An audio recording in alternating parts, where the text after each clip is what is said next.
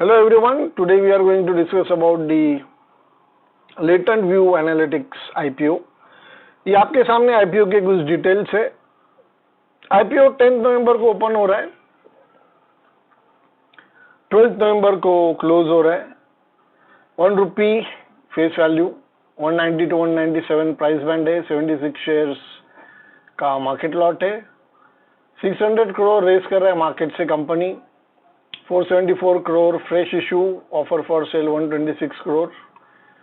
IPO listing date 22nd November. So ये कुछ IPO के डिटेल। फाइनेंशियल परफॉर्मेंस कंपनी का आपके सामने। कंपनी का रेवेन्यू अगर आप देखोगे मिलियंस में फिगर है, millions of rupees.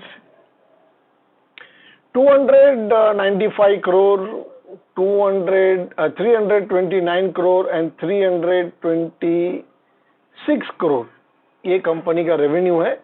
And as against this financial year 21 में कंपनी ने 91 करोड़ नेट प्रॉफिट बुक किया है, प्रॉफिट आफ्टर टैक्स। जून क्वार्टर का डेटा यहाँ पे आपके सामने है। 91 करोड़ कुछ रेवेन्यू है और 22 करोड़ नेट प्रॉफिट है।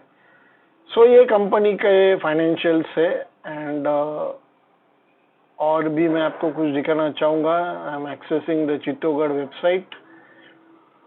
कंपनी अगर अपर प्राइस बैंड पे लिस्ट होता है 197 दैट इज, तो कंपनी का मार्केट कैप अराउंड 3900 करोड़ होगा। और कंपनी का trailing 12 month earning price to earning ratio would 42-43 के रेंज में होगा। 42-43 ये प्राइस टू अर्निंग रेशियो होगा कंपनी का, अगर कंपनी अपर प्राइस बैंड पे लिस्ट होता है तो कंपनी का valuation 42-43 price to earning ratio के आसपास है, विच सीम्स फेयरली वेल।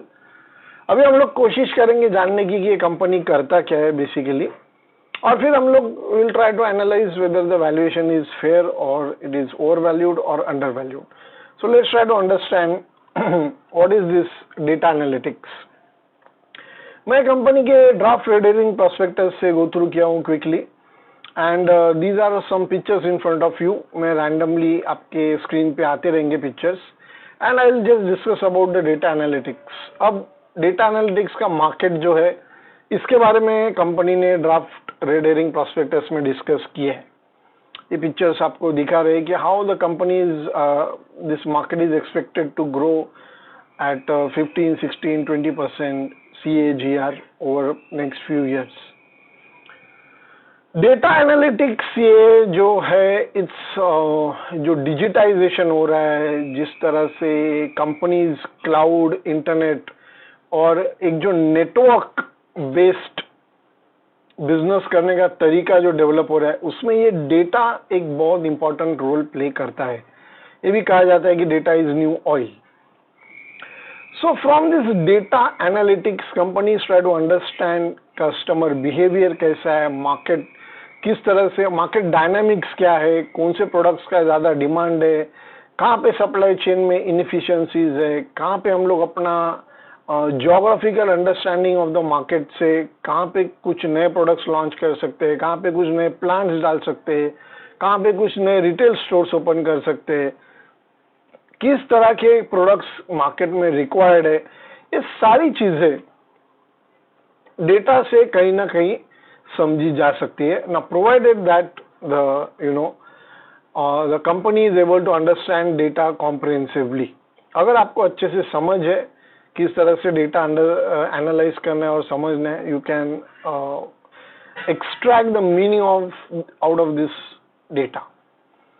इसको बिग डेटा एनालिटिक्स भी कहा जाता है, machine learning, AI and so on. ये जो पूरा नया एक आ रहा है, आई वुड से IT का एक नया साइकिल शुरू हो रहा है, उसमें ये टेक्नोलॉजीज ज्यादा डोमिनेंट रहेंगे rather than the previous,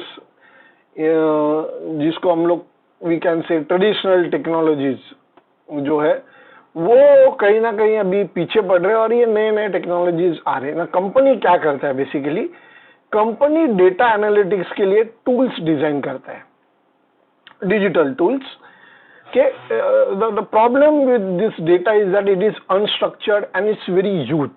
for example, अगर आप पूरे इंडिया के फूड टेक मार्केट का अगर डेटा एनालाइज करें, कौन सा डिश ज़्यादातर ऑर्डर किया गया है, कौन से लोकेलिटी में से ज़्यादा किया गया है, वहाँ पे परचेसिंग पावर क्या है, वहाँ पे डिलीवरी टाइम कितना है, वहाँ पे क्लाउड किचन्स कितने हैं, और ये सब एनालाइज करके आपको पता चलता है कि how you can offer this product in a very effective way, कहाँ पे आप डिलीवरी टाइम रिड्यूस कर सकते हो, कहाँ पे कुछ नई नई चीज़ें आप ऐड कर सकते हो, and so on. There are lot of things which can be understood with the help of data.